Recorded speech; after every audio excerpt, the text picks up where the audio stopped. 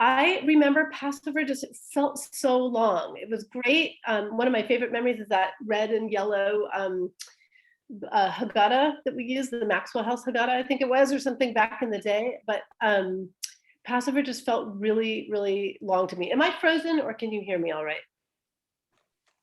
So I'm a good, okay, good. Anyways, so one of the things I realized with my own kids early on when it also felt long and trying to explain like why they couldn't have normal foods that they wanted is I was exploring recipes and I discovered an Epicurious flourless chocolate cake that I literally sometimes make every day. So it's a really easy cake. It's very flexible. You don't have to worry too much about exact measurements or the exact type of chocolate that you use.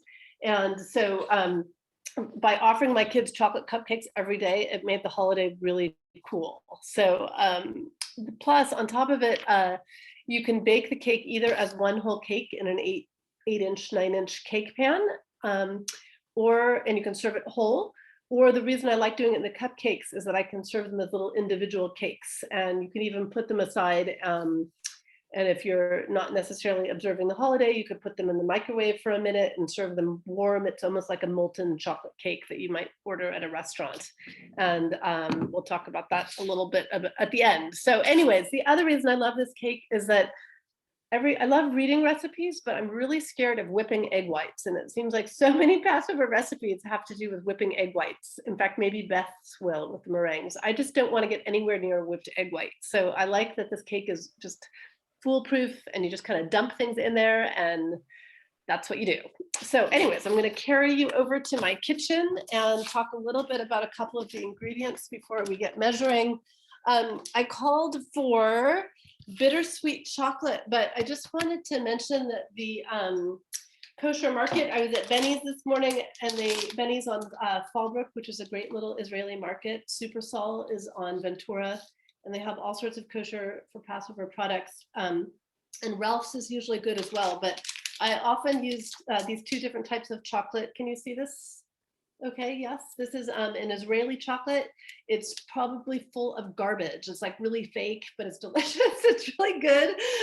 But palm oil and other things, but it's kosher for, actually, I'm wondering if this one's kosher for Pesach. Yes, it does say kosher for Passover, and it's sugary. So even though the recipe says bittersweet, I sometimes use it because if I'm trying to, have happy kids, who cares how much sugar they have? It still makes it a delicious, rich cake. Another one, this Swiss baking chocolate, and that's also kosher for Passover. So those are two that I often use. And then you could, of course, just use like the baker's chocolate or whatever type of bittersweet or dark baking chocolate you have on hand. And then there's all sorts of kosher for Passover chocolate chips at Benny's Market, at the grocery store. And then something that actually doesn't have to have a kosher for Passover hechsher on it is cocoa. Apparently, I asked my religious sister, and she has confirmed that. So you can just use any can of cocoa. And then something I did buy just for fun at the end is they have kosher for Passover chocolate sauce. You bet. So you can make it even more chocolatey. So you can make a nice, pretty dessert with berries and chocolate sauce at the end. Any questions so far about those different products? When I'm melting the chocolate, I think, if you've ever done like a one pot brownie bowl, you can probably even do it in the microwave, but I just use like a heavy pan. And so you just take your butter and your chocolate. Let me just grab my chocolate. And I put that, yes, I heat the chocolate. I'm just making sure I actually typed the recipe up correctly.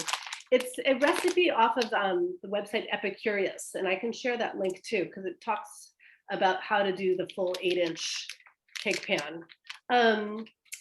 A couple of different things. I use butter when I'm not serving a meat meal, and you could do salted or unsalted, really depending. It doesn't really matter that much. Typically when people bake, they like unsalted butter. Passover margarine is really not very tasty. So I haven't tried this, but I think you could also use coconut oil too. So if you're a person who would like to do a parve cake, coconut oil could probably be a good substitution. I have done it with the kosher for Passover margarine and nobody complains because like I said, it's full of chocolate and sugar. So, but it's just not as rich and tasty as butter. And again, the measurements actually are pretty flexible. Like when you're using the Israeli chocolate, it sort of comes off in weird chunks. And so I just usually try to get as close to 4 ounces as I can. And you can always put in more or less chocolate chips than you need. When it comes to actually mixing it up, or you don't really have to blend it. You don't need a mixer or anything. I like using a whisk once it starts to melt, and I whisk it all up together, and then I am ready to put it in my pan. Feel free to tell me to slow down if you have any questions, but I just let it melt over the stove and get all yummy and chocolatey. One step in the recipe, it suggests that you sift the cocoa in. If you don't have a sifter, it's really not the end of the world. Again, it's really flexible. You could use a strainer. You can use a strainer and just take a spoon and sift it in that way, or you could just skip it. Because how can you really go wrong with chunks of chocolate? It's not the end of the world. Got my eggs. Has anybody tried making one of those really fancy cakes with the, the egg whites and ganache and all that fancy stuff? I know Ruth makes an incredible gluten-free apple cake. I've had it. It's amazing. So maybe afterwards she can share her recipe with us. No, not now. Sorry, I don't have the fancy over the overhead thing. But anyway, so I'm just whisking the chocolate and the butter together.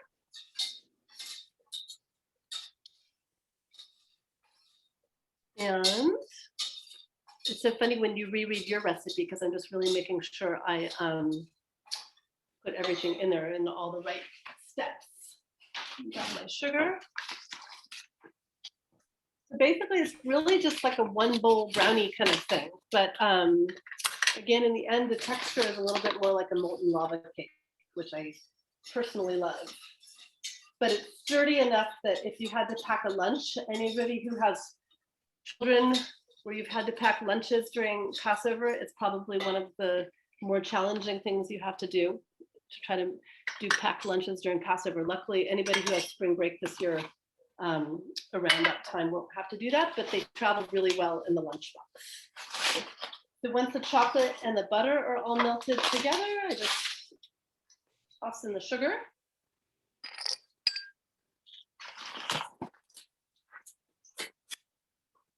And turn the stove off so that you're not continuing to cook it. Just whisk it all up until it's all yummy and chocolatey. Maybe Maxton has already done that. Have you done that, Maxton? And then I'm gonna whisk in the 3 eggs. Again, I'm super happy that I don't have to actually separate the eggs. I'm scared of that. Whisk it all in. It's just all nice and more delicious and chocolatey. And then you just take your cocoa powder. Put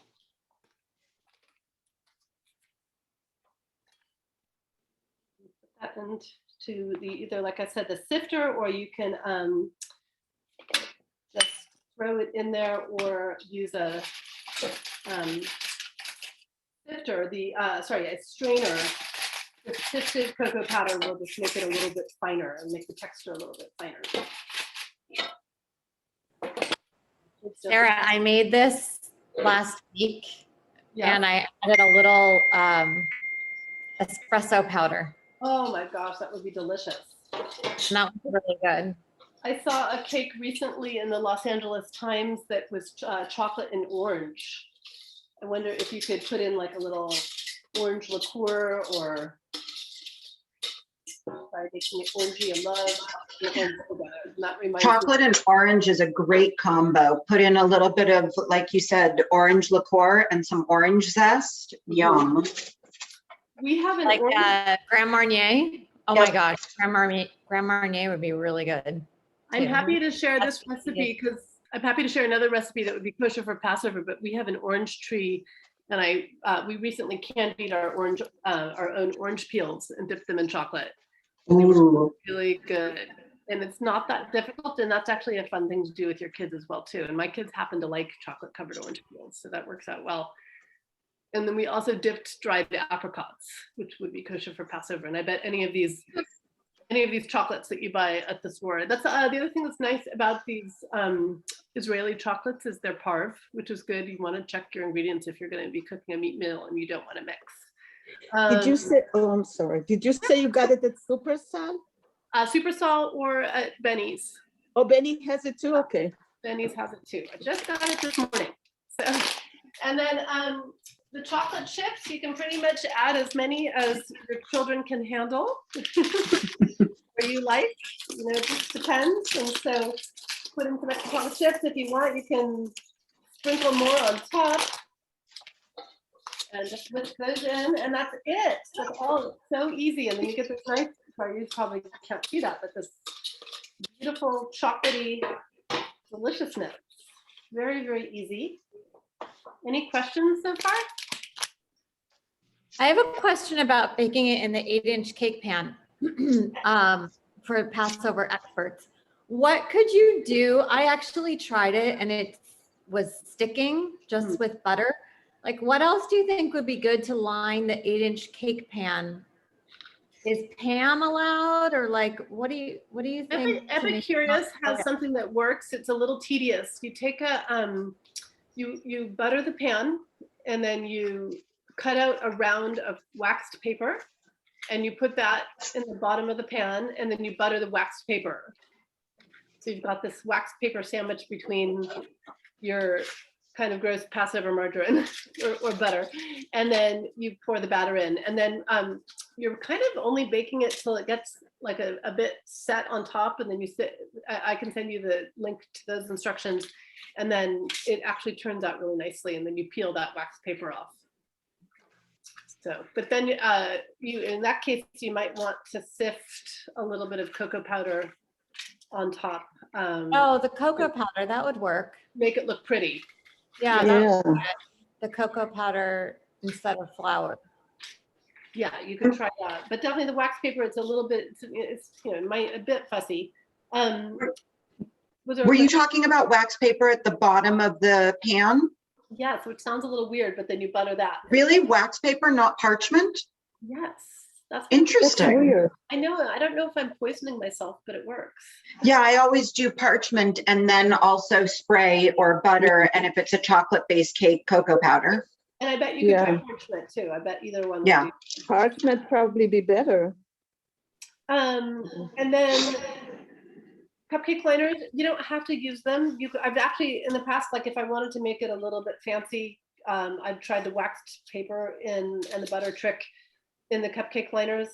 I don't have those silicone kinds, but maybe that would work to pop them out if you don't want to use the cupcake liners. I usually just use them like if I wanted to be lunch friendly or something just for the kids to eat on the go. But otherwise, if you want to serve them as like a little individual fancy dessert, you could go without the papers. So, and then I just measure, I think it typically makes about 9.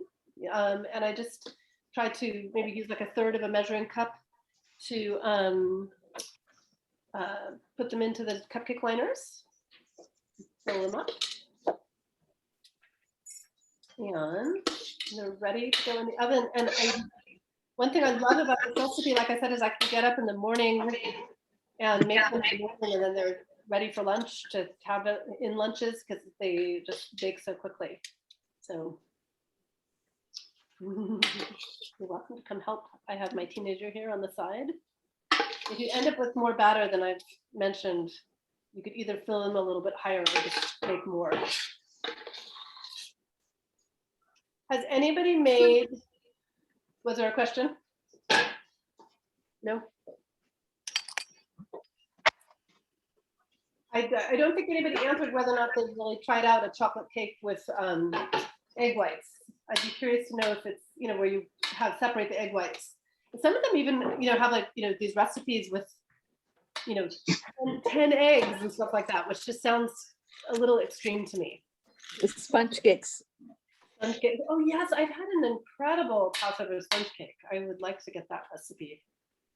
And I make flourless chocolate cookies that are just egg whites, kosher for Passover, powdered sugar, cocoa, a little bit of vanilla and chocolate chips that are delicious. But you actually don't need to whip the egg whites. You just beat them in with the powdered sugar, the cocoa.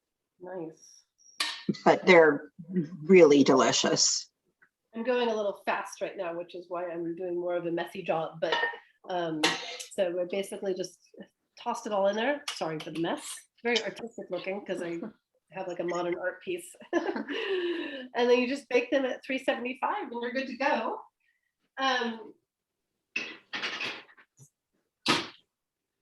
Before I tell you a few more things, did anybody have any questions or comments? How long am I baking those for? You can also take a look at the tops of them and make a decision how cooked you want them to be, because they will cook a little bit more when you cool them in the cupcake tins, but you're waiting for like a little bit of a thin film on top, so when you touch it, but I like them soft and moist. You can bake them longer if you want them to be a little bit more firm. But like I said, they will firm up a little bit as well. So we'll leave those for 15 minutes and then show you in a second a couple of the things that you can do when you're done. I'll share the recipe with everybody in the chat for the Epicurious recipe with sorry, let me just do a couple different things here. First of all, can you guys see my screen? So on the right, they're not very pretty there, but on the right would be maybe the version I might send in a lunchbox. They get a little crackly at the top. So they really are basically like a brownie cupcake. And then on the left, I've served them with chocolate sauce and berries. It doesn't look super pretty there, but it looks nice on the plate. And there's recipes online using coconut oil to make chocolate sauce. So if you want to make your own chocolate sauce, it's basically just melted chocolate and coconut oil, and you can make a Parve chocolate sauce. So anyways, I personally think they're pretty yummy. And I think, Lily, can you chime in? Do you like them? The chocolate. Yes. Yes. Like I said, they've really saved Passover for me. So we will, and by the way, I don't mean to sound negative because I've really come to love Passover. I just enjoy it. It's just that I just remember, does anyone else remember it being long as a child? Especially like if you lived off of Cheerios or bread, and it's very hard to give that stuff up. So now as an adult, I look forward to it. I'm going to share the recipe that it's originally from in the chat. And it tells you how to do the 8-inch cake pan, 9-inch cake pan. So there's that. Does anybody make the matzah butter crunch from the Epicurious website? Have you made that before? Yes. What's matzah butter? Is that matzah crack? Yes. Yes. Oh yes, of course. That's my kid's favorite, except for Sloan's almond cookies. But the matzah crack is like all day, every day. Smitten Kitchen has a really good matzah crack recipe too. Yeah, because we eat that all week, and I just don't think I eat vegetables the entire week because there's so many good desserts to make now. I think that's the issue. I just don't remember there being great desserts to choose from when I was a kid. So I'm gonna get that recipe too. Smitten Kitchen has a good one. Yeah, Smitten Kitchen has a really good one. I use that one every year. And I think I use the Spin Kitchen macaroon recipe also, and I'll never buy store-bought macaroons again. Oh, that's good to know. Here, I'm gonna help I'll share find it. this as well. Would you be willing to see if I put the timer on? Yes. Thank you. This is the one that I use from Epicurious. It's pretty easy. And then if you put nuts on top, it's like almond ruca.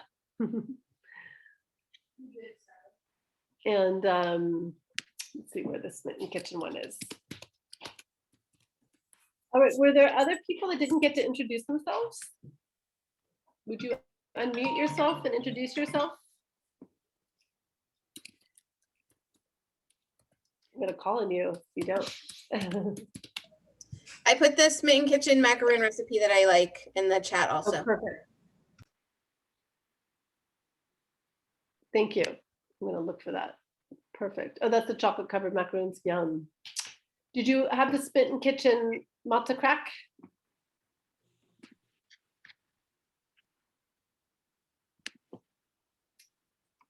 I see Stephen and is it Genya? Do either of you want to say hi?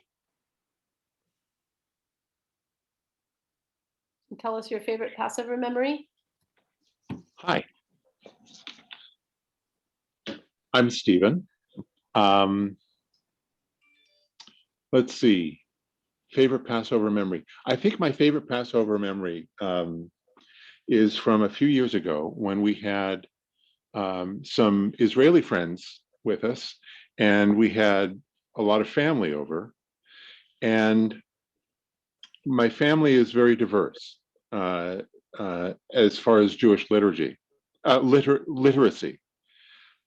So I think my favorite memory was when we got to Dayenu, which has verse after verse after verse after verse after verse of yes, it would be enough.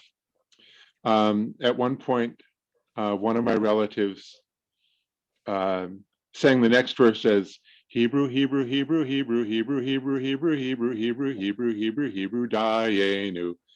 And our Israeli friends were just busting out laughing. I was wondering if they'd be offended, and they were absolutely not. They just thought it was hilarious.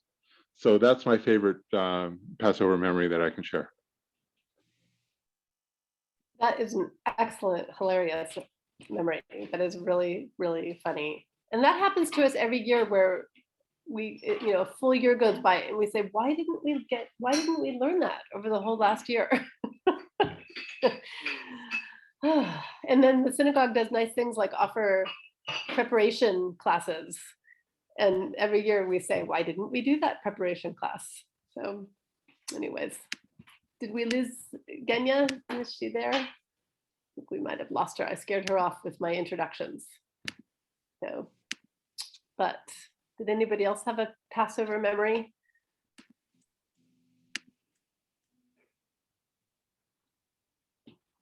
I'm the only one in my house that likes chopped liver. Do you guys like chopped liver? More for you and me. I love it. No Benny- gefilte fish, no chopped liver, no thank you. Benny's Kosher Market actually sells chicken livers, and I make my own schmaltz. And you can make Beth is about And to then you run try away. to feed it to me. I make my own maror.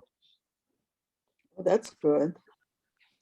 Where do you buy the horseradish, the root? Whole Foods. Oh, that's good to know, because Yeah. sometimes when you buy it, it's not bitter or sharp. It's not spicy. Well, I start with the root and peel off the sides, and I grate the crap out of it in a Cuisinart, and then I add some really nice balsamic vinegar. And that has become my family's favorite maror. I'm gonna do that this year because it is funny how sometimes it's not actually bitter and you're waiting for those tears and they don't come. How about the It's so jarred kind? flavorful. Or a jarred kind that's actually spicy? Sorry, Stephen, I interrupted you. No worries. You were gonna say? Just that using balsamic instead of white vinegar or wine vinegar it gives it a depth of flavor that we've just come to expect now. That's really nice to know. Supersol has a lovely array of Israeli vinegars as well too. And there's some delicious ones where they have like an orange vinegar, and there's some really good ones. Actually, truthfully, that one's in Hebrew and I don't really know what it says, but there's a picture of an orange. I'm gonna take Ruth with me. Does anybody have this book? This is the 100 Most Jewish Foods. Have you seen this book before? It's really cute. And the subtitle is a highly debatable list. So I got to hear her speak, actually, the editor, Alana Newhouse, and she has a little entry on, everything from entomins to, I know chopped liver is in there, kishka, and some of them are really funny. Most of them are funny, or poignant. Oh, this is a good one, sweet and low. So it's a very sweet book. It's a good gift for anybody who likes to read about food or is Jewish, because and not all of the authors of each little chapter are Jewish. They could, I think, actually, I wonder if the Smitten Kitchen woman is in here, but there's all sorts of different authors who contribute and give their take on Jewish food. So highly recommended. Oh, look at that, a whole chapter on schmaltz. There you go. And some recipes as well too. So highly recommend that one. Has anybody else read a good recent cookbook or book related to Jewish food that they like or recommend? Yeah, I have. I just got Modern Jewish Baker. And it's really interesting. I like it. It's really cool and like very low barrier. Like it's not fancy. It's pretty easy to follow. I really like it. And is it more modern than not? I mean, like, are the recipes modern or are they traditional? I would say it's her twist on traditional. Mm-hmm. Is everyone, I think Tanya is baking right now. Are yours baking? Does anyone else need to check their time? I just have 4 minutes left, and then I'll just, if you want to look at them, you can. Otherwise, if you feel like you need a break before the next one, that's okay too. Sloan has a cookbook that she's showing. Oh, good. Yeah, I always like this cookbook also, Passover by Design. They have some really nice recipes. That's good to know. Yeah, that's a good one. This is one of my favorite cookbooks, Olive Trees and Honey. They're all vegetarian recipes from communities all over the world. It's a gorgeous cookbook. I love looking at that cookbook, and I noticed that at your house, actually. I noticed that at your house. So I was looking for one that I really liked recently. I had a nice kosher Jewish bakery one. I'm just wandering around my house looking for cookbooks. Sorry. Anyways, but are there any particular other good? Oh, actually, I saw the other day there was I don't know if you've heard of I think it's Einat Admoni. She's an Israeli American cookbook author, and she had a recipe for Passover Baklava, where you soak matzah sheets, and you soak the matzah sheets for like 2 hours, and then you put them in the pan and use them like phyllo dough. They don't just completely fall apart when you soak them that long? I know, isn't that crazy? Apparently not. Let's try it this week and compare notes. Interesting. Shall we do it? My problem is that I'm the only person who would eat the whole pan, and so I don't know. So dangerous to make. Maybe we need like a Passover dessert trade, so we're not all the only people eating them. Oh, that would be fun. That would be pretty fun. A Passover dessert party. Next year when we're all in person, maybe we can do a Passover dessert potluck. Yeah. I like that. Fingers crossed. And Ruth could bring her apple cake, which is delicious.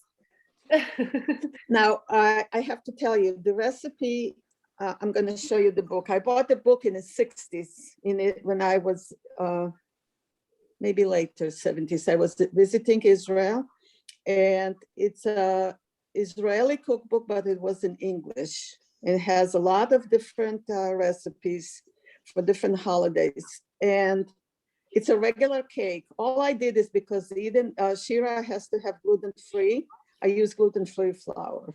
And that's the only difference, but it's kind of fancy. I'll show you just a minute. I wonder with that one if you could use almond flour, maybe. Possibly.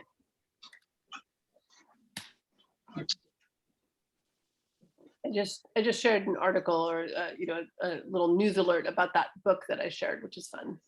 By the way, when I heard the author speak, she said that when she went around the country, she said there were people who were like really angry at her for leaving certain foods out of the 100. They actually were not happy with her.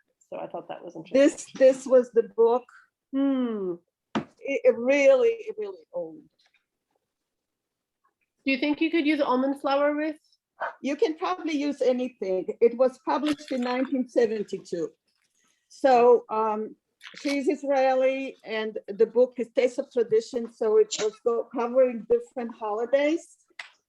And this is actually a torte that you make a base, and then you grate apples and bake it a little bit with, I think you bake it a little bit of lettuce, and then you put a meringue like that you don't like, the whipped eggs whites.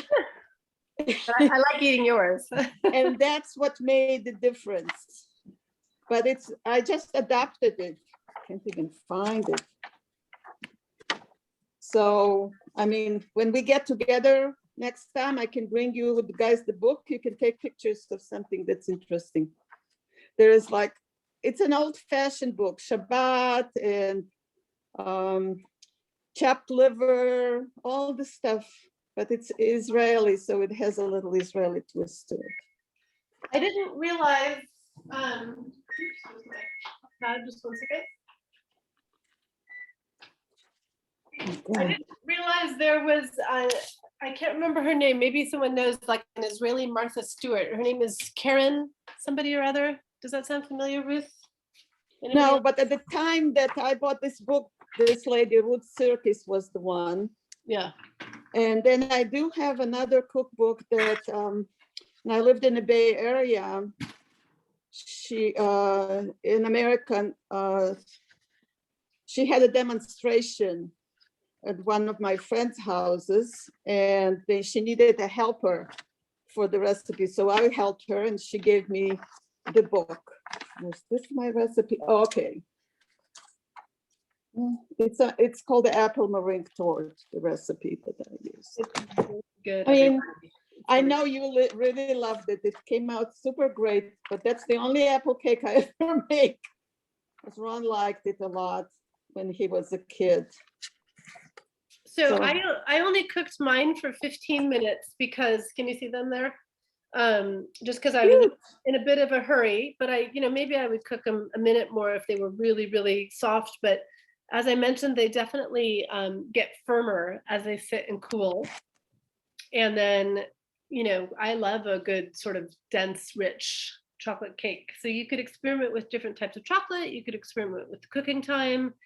You can, as I mentioned, you can just toss them in the microwave for 30 seconds after you've if you put them aside for a day or two, you could always put them back in the microwave and put a little chocolate sauce and berries on top and pretend like you were at a fancy restaurant. So Sounds that's great. that. So thank you, everybody. Did anybody else, Maxton, are you still there? Did you try? Does your house smell good? I don't know if I see him. He disappeared. He's gone. Well, hopefully your house smells good and you enjoy.